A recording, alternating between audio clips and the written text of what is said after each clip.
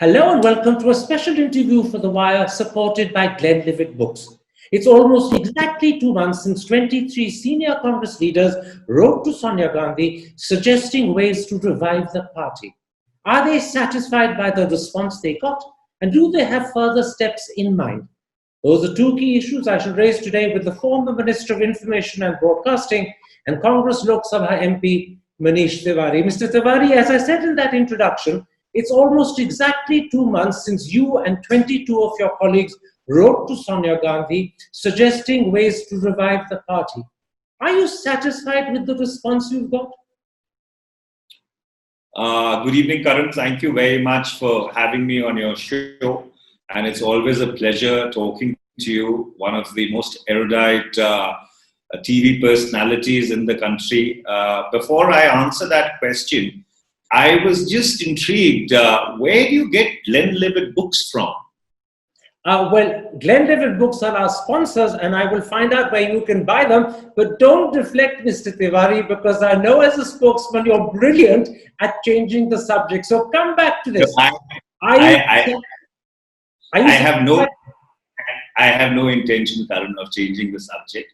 You asked a very profound question, which deserves a structured response.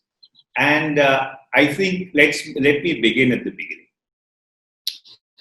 When we decided that we would do this particular show, I went and very carefully reread the letter, which 22 of my colleagues and I had co-signed and sent to the Honorable Congress President. The letter, as I read it in hindsight, is fairly benign.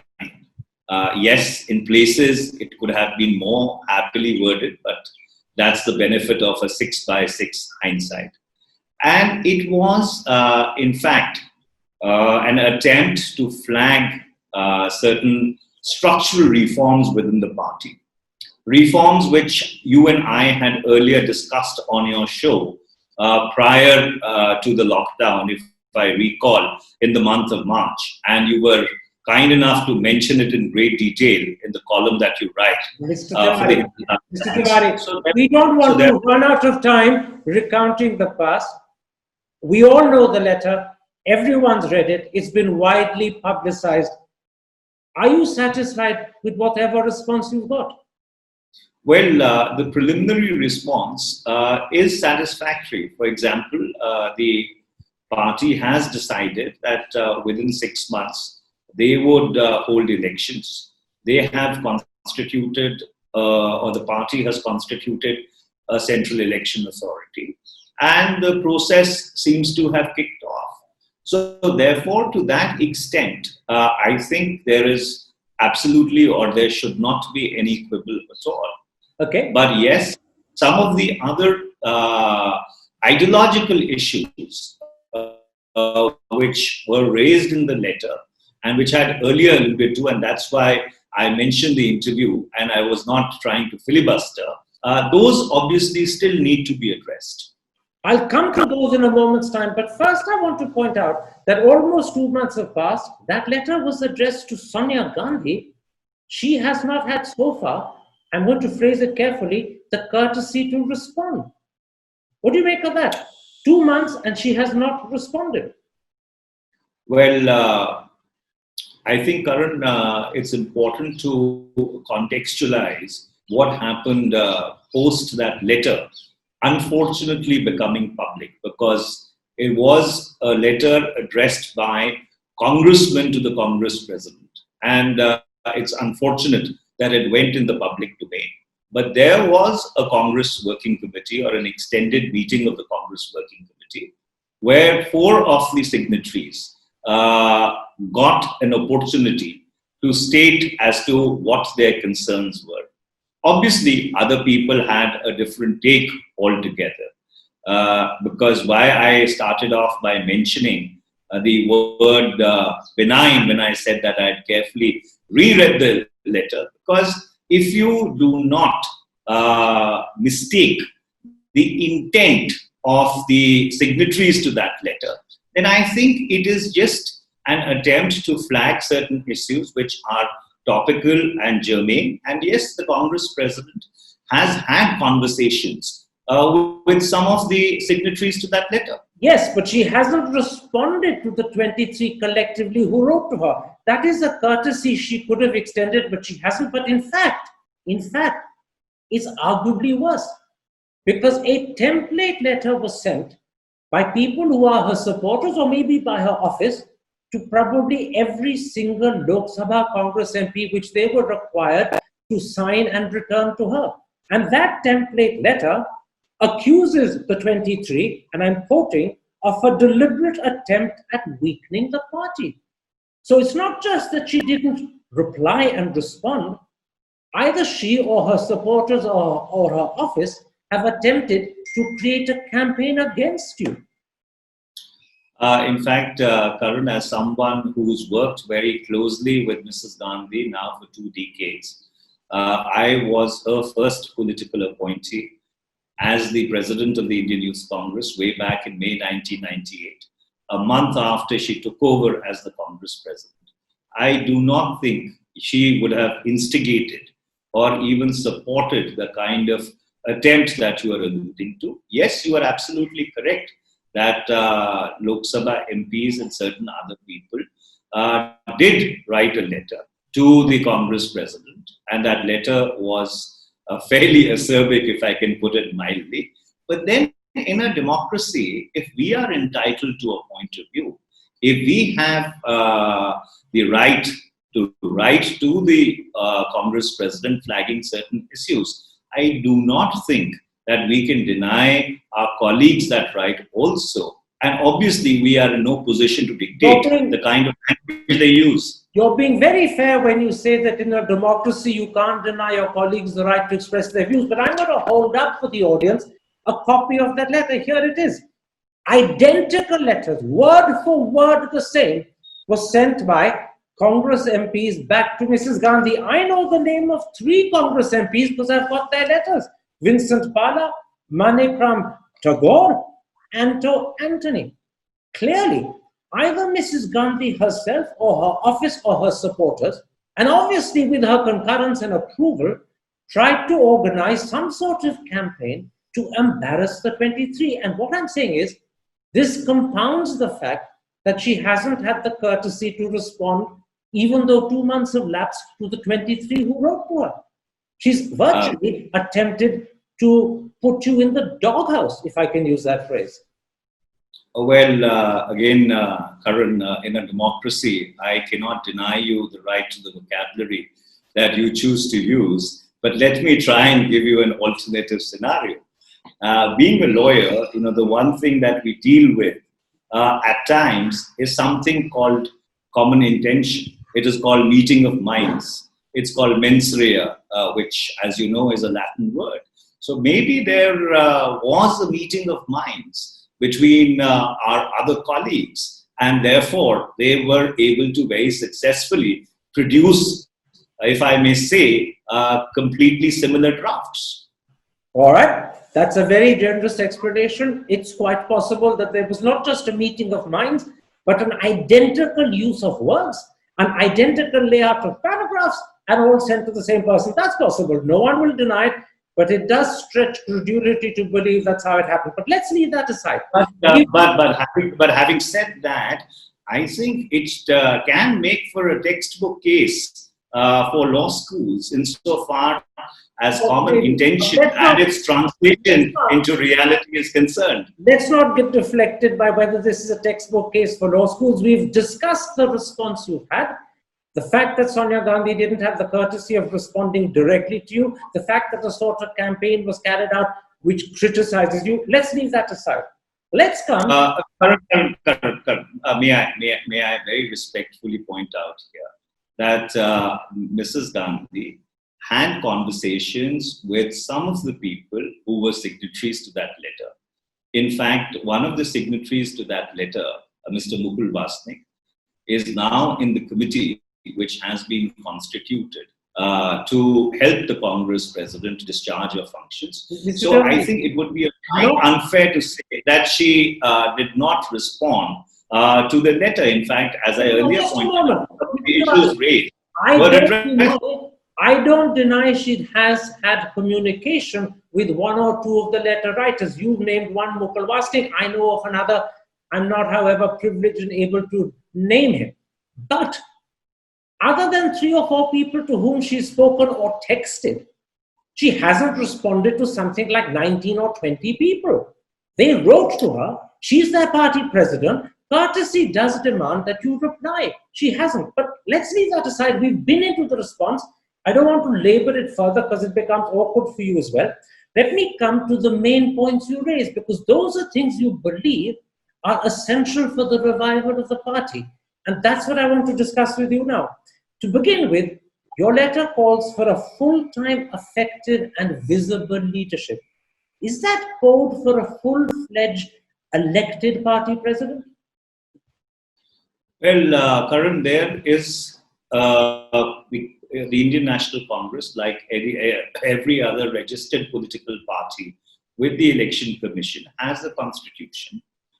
And the constitution has certain laid down procedures. And let's not forget that this situation came about when Shri Rahul Gandhi was elected for a term of 5 years, chose to step down, taking responsibility for the 2019 defeat, despite all of us attempting to persuade him to continue and saying that he individually wasn't responsible, he individually wasn't responsible for what had happened.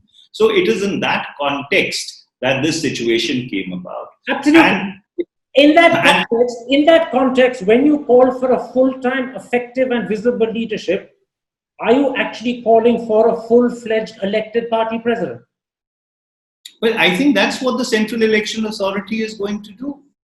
The mandate given to the Central Election Authority obviously would be to hold an election in terms of the constitutional provisions of the Indian National Congress. And in addition to that, may I very respectfully point out that if my understanding of what happened in that extended working committee is correct, or what has been reported to me by my colleagues is correct, I think they had agreed on some kind of a time frame within which these elections would be held. Let's then come to the announcement made on the 12th of September by Randeep Surjewala. I'm quoting him. Sonia Gandhi has constituted an election authority and has set the process of election of the president in motion. The problem is that you and your 22 other letter writers wanted, and I'm quoting your letter, an independent election authority comprising senior leaders of standing and credibility to ensure that elections are free, fair, and democratic. Now, what Sonia Gandhi has done is to appoint 5 loyal congressmen to a central election authority. It is not an independent election authority comprising senior leaders of standing and credibility. You haven't got what you wanted as the authority that will conduct the elections. That's the first issue. Well, Karan, I think the implicit assumption in your question is that the signatories to that letter are disloyal. And I do not think that's a correct characterization. That's not my assumption. You're playing with words. Mr. Tewari, what I'm saying is you wanted an independent election authority that clearly means not Congress people from outside the party who you said would be senior leaders of standing and credibility. You haven't got that. What you've got is 5 hand-picked loyal congressmen who constitute a central election authority. It's not what you wanted. Karan, what we desire or what was written in that letter is aspirational. The fact is that the Congress Constitution lays down as to how the Central Election Authority would be constituted. So therefore, if they had followed what is the constitutional remit or the constitutional mandate, which unfortunately at this stage, till the time it is not amended, does not permit for an outside election authority, unlike the case of the Indian Youth Congress, where elections have been supervised and monitored by an external authority in conjunction with some people on the inside. Therefore, we are not there as yet. But that does not mean that that aspiration does not stay. I think at some point in time, we'll have to arrive at that destination. Well, that's a very interesting answer. What you expressed when you said you wanted an independent election authority was an aspiration. You say the constitution of the Congress party doesn't permit it at the moment, but that aspiration remains, and you're hoping that sometime in the future that aspiration will become the accepted mechanism of Congress. That's a very important point you've made. I'm underlining it because it suggests that you still want what you asked for. But there's another issue here. I want to allow me to complete, because I'm only detouring what you were saying. Essentially, what we have articulated is exactly what is being followed in the case of the Indian Youth Congress elections, where, as I earlier pointed out, there is an outside body of experts. I think it's called FLAME or something of that sort, if I'm not mistaken, if I recall from the top of my head. And they work in tandem or in conjunction with people on the inside in order to ensure free, fair, and impartial elections. So that's the template that we had in mind. Let me ask you one more question, and I'm referring now to an interview you gave me in February. Earlier you said it was March, but it was actually in February. And I'm going to quote what you said in February to me. There's an overwhelming consensus in Congress that we need Sonia as president for the foreseeable future. And yet, 5 months later in August, you are one of 23 people writing and asking for elections for a new president. Why have you, Manish Tewari, in 5 months changed your position? Well, Karan, in fact, there is no change in position at all. Because if you read the Congress Constitution carefully, the Congress Constitution, and I think it is Article 18, if I'm not mistaken, very clearly lays down the process that if a Congress president resigns, what happens subsequently. And that is to be read in conjunction with another article of the Constitution, which says that the AICC, which is the body to elect the next president or the president for the remaining part of the term, must meet within 365 days. And those 365 days were... I'm interrupting you because when you say that you haven't changed your position, therefore, you're citing articles of the Congress Constitution. There is a change in position. I'm interrupting you because when you say you haven't changed your position and you're citing the articles of the Congress Constitution, Article 18 in particular, are you saying that actually you want Sonia Gandhi to be elected for a full-fledged term? That's why you haven't contradicted yourself between your earlier position, she must stay for the foreseeable future, and your new position that there should be elections for a president. Are you saying you want her to be the new elected president? Well, Karan, now that the Central Election Authority has decided that they would conduct an election within a certain time frame, I think we'll cross the bridge when we come to it. As I said earlier in that interview to you, that Mrs. Sonia Gandhi has led us with great dignity and with great amount of humility for over 2 decades. And she commands very wide respect within the rank and file of the Congress party. There is absolutely no ambiguity on that score. But now that we have a situation whereby there is going to be a process which is going to play itself out, it will be improper or inappropriate for me to guess that process. We'll cross the bridge when we come to it. Let's then come back to your letter. Your letter also calls, and I'm quoting again, for election of CWC members in accordance with the constitution of the Congress party. But on the 12th of September, Sonia Gandhi reconstituted the CWC on the basis of nomination, not election. So isn't this a second suggestion made by you and your colleagues that's been ignored? The first was the need for an independent election authority comprising senior leaders of standing. The second is election to the CWC. This second suggestion has also been ignored. Well, not really, Karan, because once the Congress president resigns, in our understanding, or at least in my limited understanding of the Constitution, the Congress Working Committee also ceases to exist primarily because it was nominated by the Congress President on the strength of the mandate which was given to him by the PCC delegates / the AICC delegates. Now, you have an interim Congress President, and there is nothing constitutionally which stops that interim Congress President from having a working committee. But I think it would be appropriate and it would be proper, allow me to complete, it would be appropriate and it would be proper that if the election to the Congress Working Committee is held along with the election of the Congress President. That's very clear. But the point I'm making is, just as you suggest to Congress President that there is a need to elect CWC members as per the requirements of the party's constitution, she in fact chooses to reconstitute the committee on the basis of nomination. She may have the right to do so. I'm not questioning that.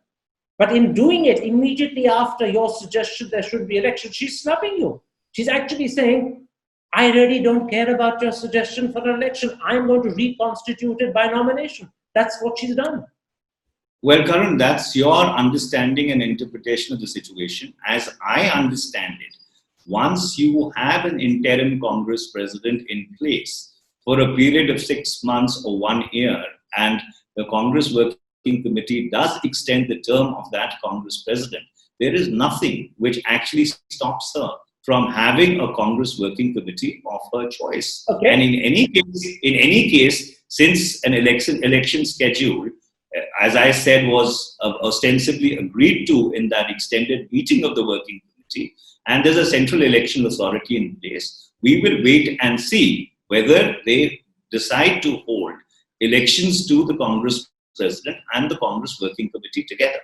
Now, in your August letter, you also called, and once again I'm quoting, for the Central Parliamentary Board to be urgently constituted for collective thinking and decision-making on organizational matters, policies, and programs. Once again, that hasn't happened. But what Sonia Gandhi has done is to appoint a 6-member team to help her in organizational matters. What do you make of that? Well, I think, Karan, you'll have to give me some time to reply to it because there is a historical context to the Central Parliamentary Board. I recall when I was the president of the NSUI, the national president of the NSUI, way back in the late 80s, the Indian National Congress used to have a Congress Working Committee and more of an executive structure which was called the Central Parliamentary Board. At some point in time, during the presidentship of either Mr. P.V. Narasimha Rao or maybe Mr. Sitaram Kesari, I think it was the latter, this practice was discontinued. So, for all intents and purposes, for the last 2 decades, we've not had a Central Parliamentary Board. In fact, I think the Central Parliamentary Board was replaced by the Central Election Committee. And so, therefore, that is something which needs to be reinstituted. And once you have an elected Congress President in place for the remaining part of this particular term, which is supposed to expire in 2022, we do hope that what was written in that letter, that you require a Central Parliamentary Board to deliberate on important questions of both policy, strategy, and also, if I can extend it to tactics, that is something which would help the party. Because let's understand, the suggestions given in the letter are not subversive. The suggestions given in the letter are aimed at strengthening the party because this country requires A, a robust opposition for the next 4 years, and B, the Congress party requires a glide path to 272. Absolutely. Mr. Tewari, no one would question for a moment that your intentions are pure, they are not subversive, at least I wouldn't. And as you're saying, you're hoping that a new party president, when elected, presumably in 6 months' time, will appoint a Central Parliamentary Board. But Absolutely. But there are 2 other important points in your letter that I would like to briefly take up. In that August letter, you said, and again I'm quoting, the reasons for Congress's steady decline in successive electoral verdicts in states and general elections in 2014 and 2019 need to be immediately identified. And then your letter adds, otherwise, the Congress party will find itself marginalized. Again, this hasn't happened, and there's absolutely no sign that it's likely to happen. In fact, Karan, allow me to again put this into a context. After the 2014 defeat, the Congress president did constitute a committee under Mr. A.K. Antony in order to go into the reasons of defeat. Mr. A.K. Antony, I believe, deliberated upon these reasons, spoke to a large number of people, and did submit a report. I believe that report was not really discussed in the Congress Working Committee. When we lost the 2019 elections, in the meetings of the parliamentary party, which are chaired by Mrs. Gandhi in her capacity as the chairperson, this thing was flagged that we require an introspection as to why 2019 did not play out as we had expected. And therefore, we do believe that if we go into both the 2014 and the 2019 defeat, as well as the reasons why the Congress footprint has been in secular decline in some states without winning those, that you cannot hope to come to 272, the party would in fact be strengthened. But Mr. Tewari, can I point out, it's 6.5 years since 2014. It's 1.5 years since the 2019 defeat. Political parties, when they lose, and let's face it, you lost 2 shattering elections with huge defeats, one after another. And yet, no attempt has been made to get the party together to try and understand what happened and to ensure it won't happen again. That's why you put it in your letter. It's in your letter that this has to be done immediately. But it's not happening. Doesn't that surprise you? It's almost as if the Congress leadership doesn't care. Karan, it's never too late to look back. I still do hope that this process of introspection, this process of analysis would play itself out, because I do strongly believe, and I think so do my colleagues, that that process would actually lead to the strengthening of the party and provide a glide path to 272. And if I may take a moment, Karan, when I joined the Congress party in 1981 as a young student, it was a 353-seat party in the Lok Sabha. It went up to 414 seats in 1984, post the assassination of late Mrs. Indira Gandhi. The only time that we have been close to 272 was in 1991, when post the assassination of late Shri Rajiv Gandhi, we got 244 seats. Or in 2009, when we got 206 seats in the Lok Sabha. So therefore, between 1984 and 2020, 3 decades or more than 3 decades have elapsed. So under those circumstances, if you are a political party which believes that you need to be in the driver's seat in order to steer the ship of the state on its proper course, that cannot happen till the time you put yourself on a glide path to 272. And for putting yourself on that glide path to 272, I think a rigorous introspection of what went wrong in 2014 and what went wrong in 2019. Did we make mistakes when we were in government for 10 years, which were responsible in 2014? Were we not able to correct it in 2019? That's a process which needs to play itself out. Mr. Tewari, in a very eloquent way, you've actually made my point for me. I should be thanking you. You've actually pointed out that 3 decades have gone by since Congress last had over 272 seats.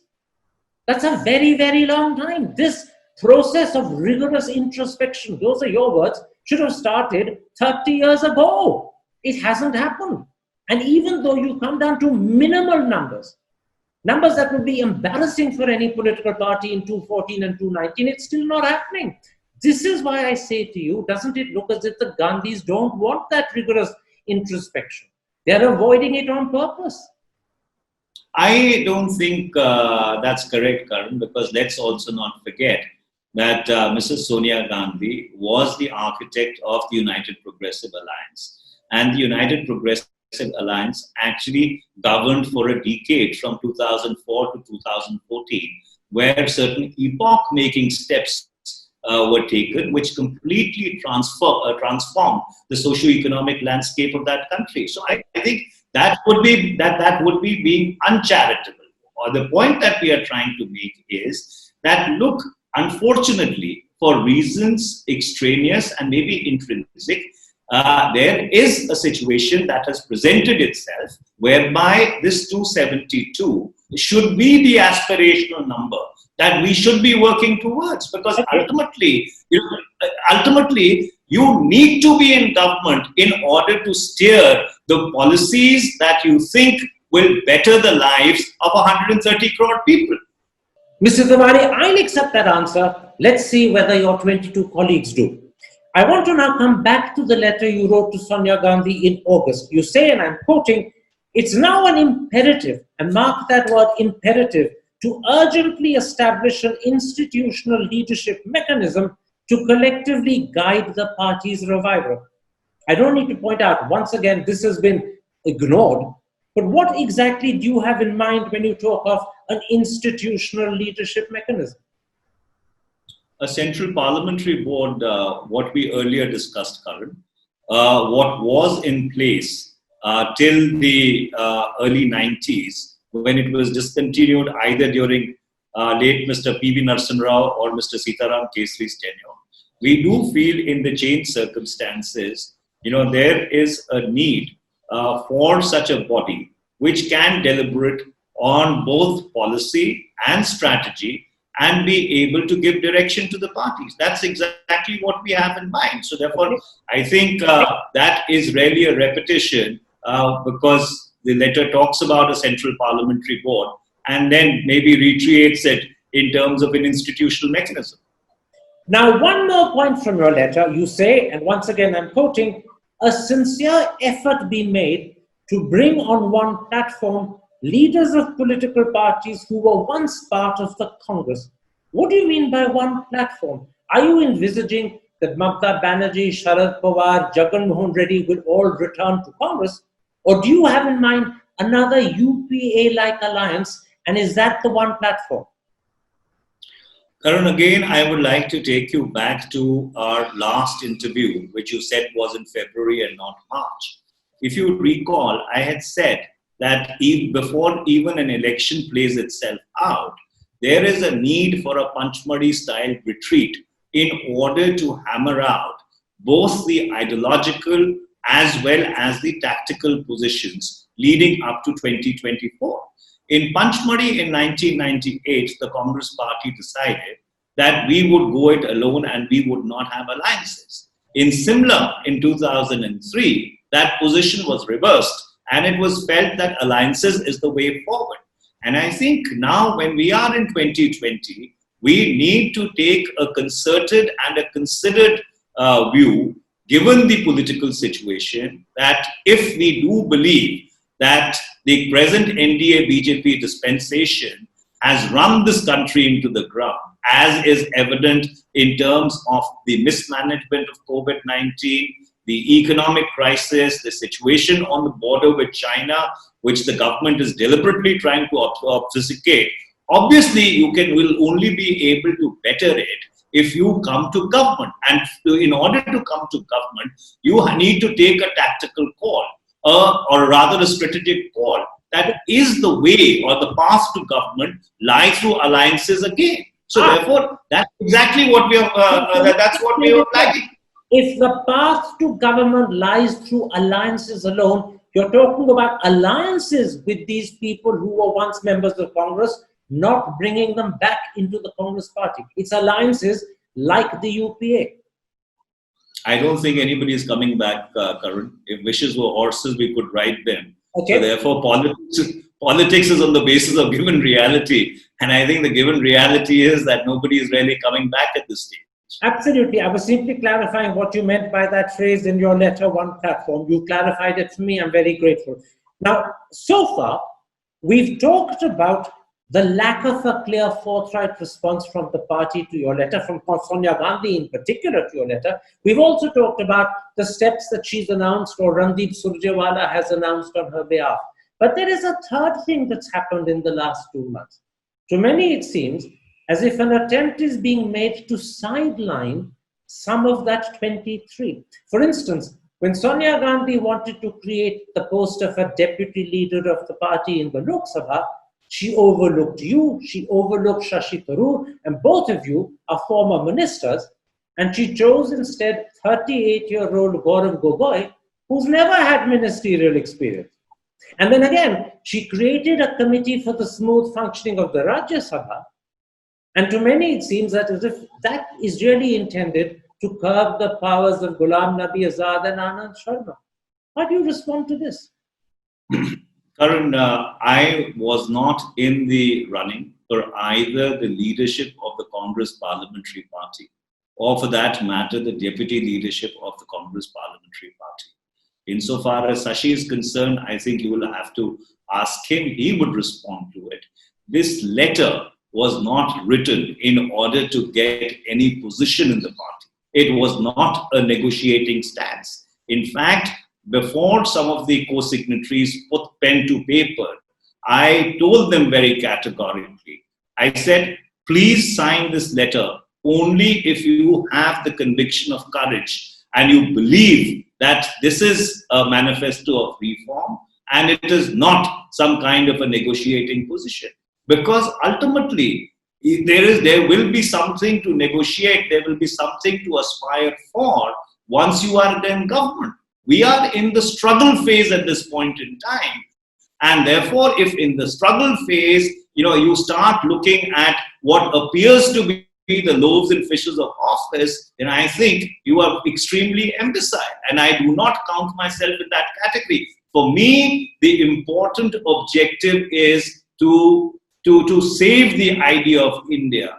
I find it appalling that the soul of India is wrenched apart on a daily basis. This is not the India I grew up in. This is not the India I would like to bequeath to my children. And for me, the revival of the Congress is important because the revival of the Congress means actually saving the idea of India, which I grew up with. That's why. Can I stop you? I hear your forceful, passionately said words that this letter was not written with any intent to get a position in the party. As you said, this is not a negotiating stance. But shortly after the letter was written, a post was created of deputy leader in the Lok Sabha, and two people with the most experience, with ministerial experience, were looked over. And a young man of 38 was chosen who's never had ministerial experience. You could also say that in terms of his performance in the Lok Sabha, he doesn't match up to you or Shashi. And the same thing seems to have happened in the Rajya Sabha. When you suddenly appoint a committee to steer the functioning of the Rajya Sabha or to improve its functioning, you are effectively clipping the wings both of the leader, Ghulam Nabi Azad, and the deputy leader, Anand Sharma.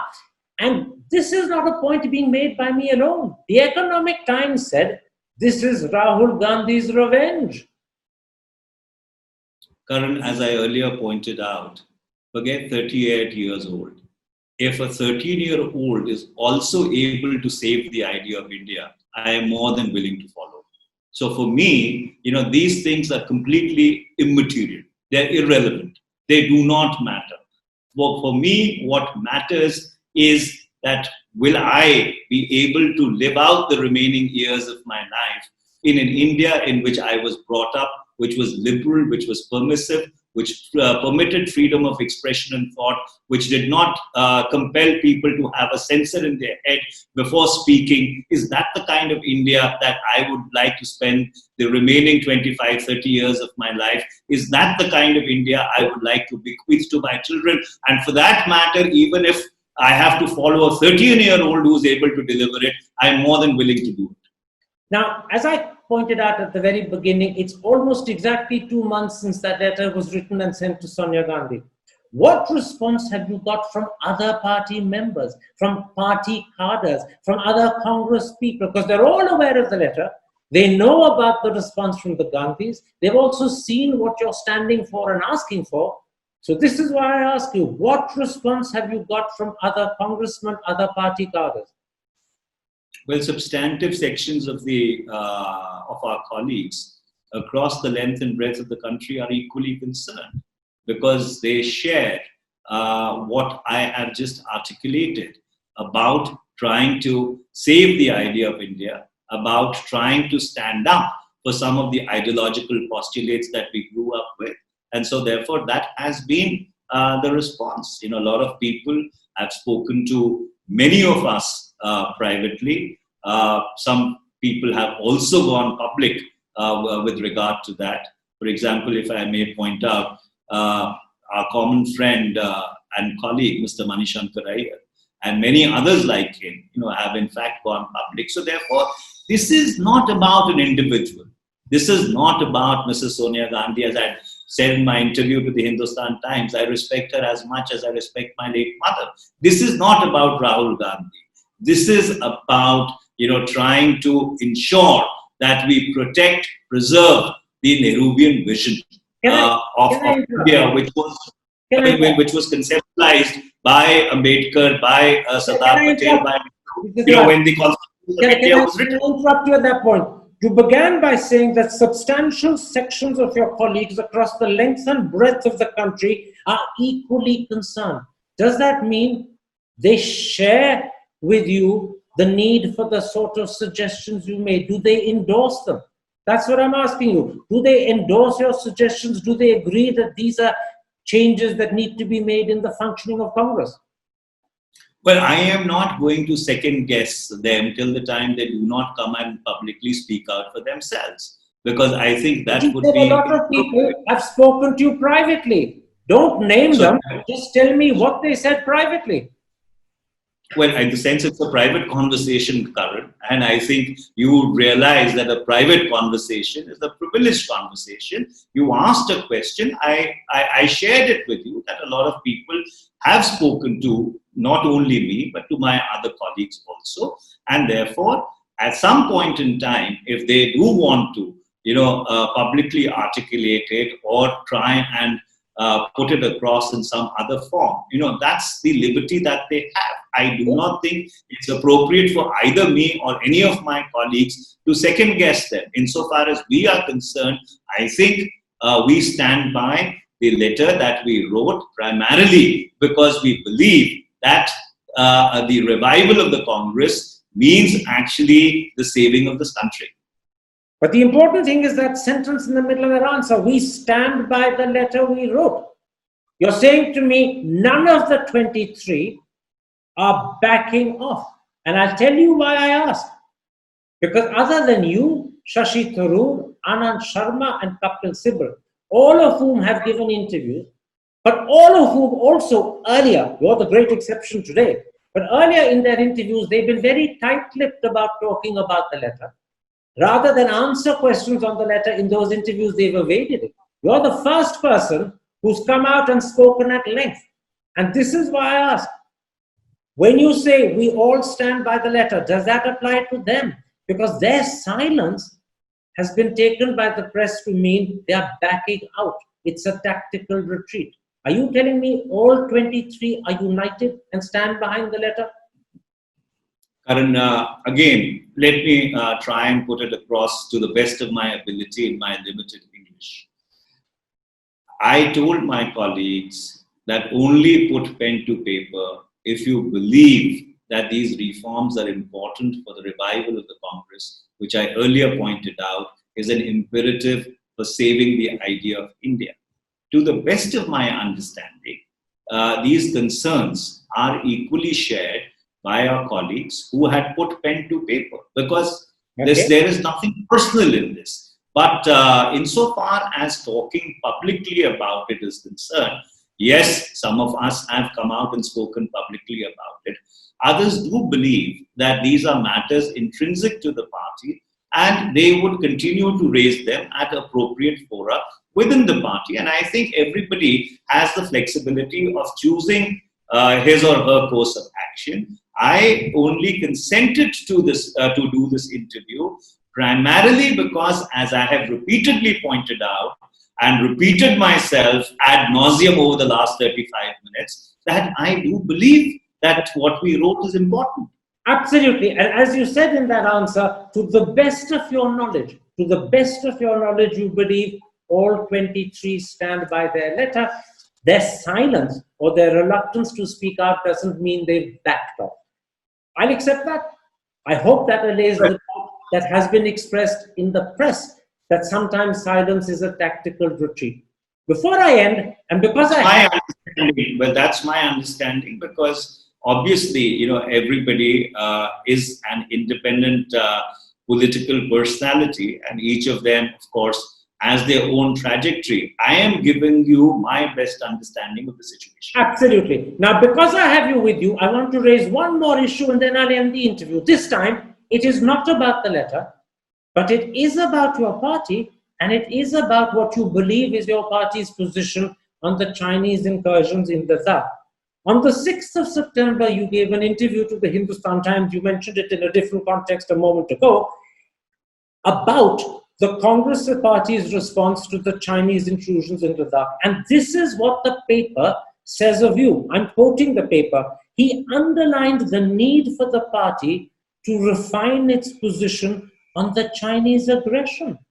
What's wrong with the Congress Party's position, and why does it need to be refined?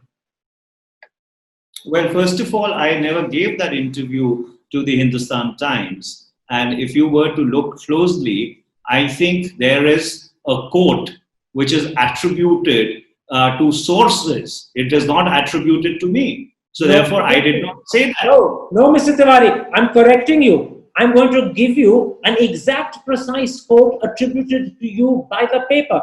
This is what the paper says you said. Should we not send a message to our armed forces that the nation is one behind them in this hour of national peril? And that quote suggests that you think Congress has sent the wrong message, that it's created the wrong impression.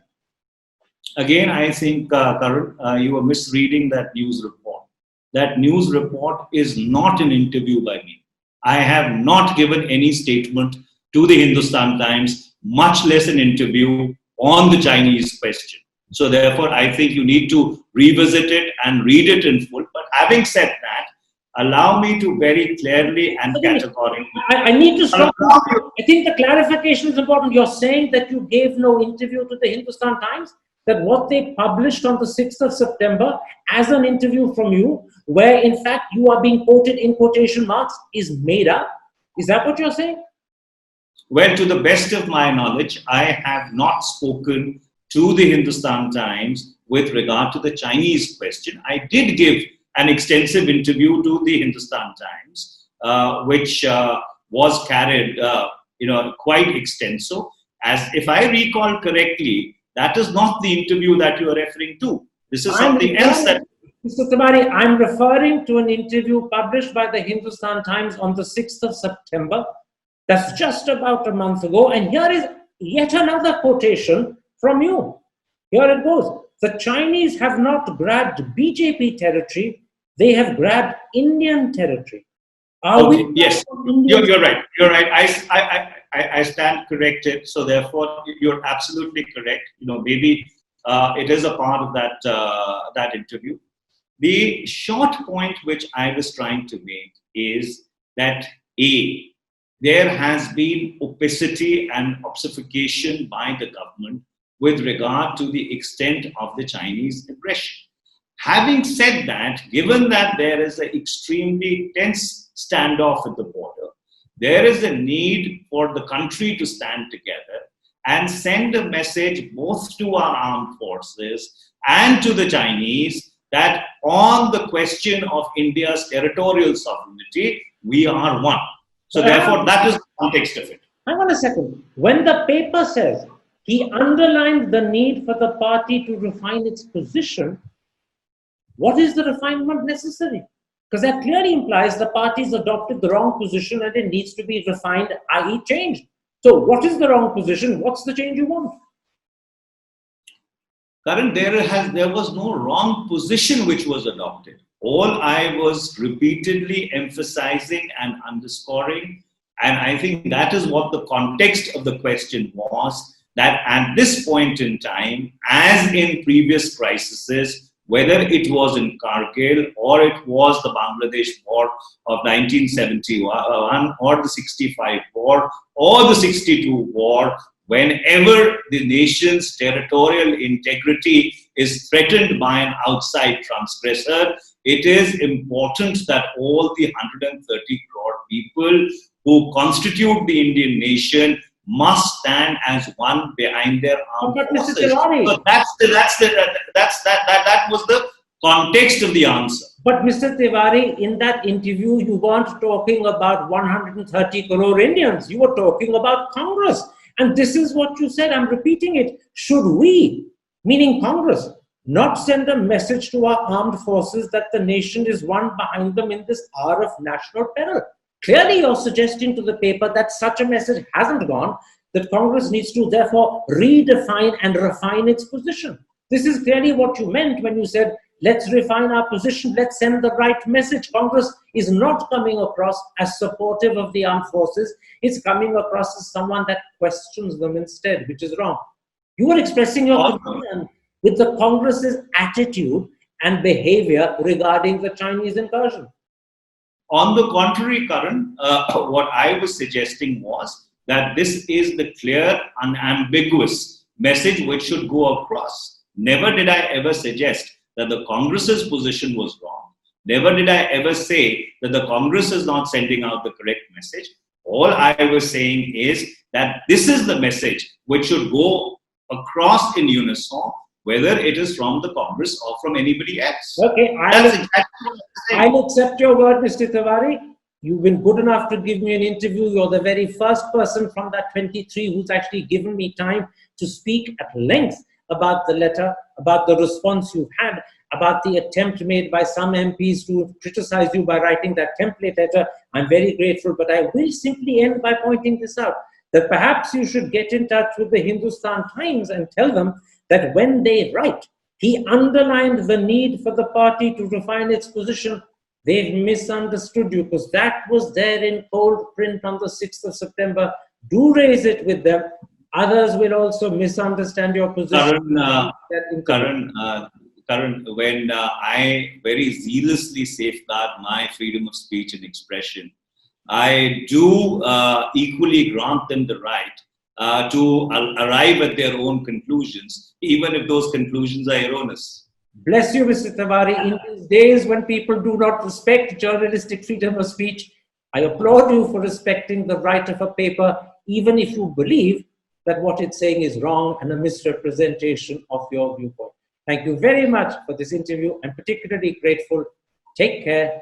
Stay safe. Thank you, Karan. And it's always a pleasure talking to the finest television personality and the sharpest anchor in the country. And I mean it from the bottom of my heart. Thank you, Mr. Tewari. That's very kind and generous of you.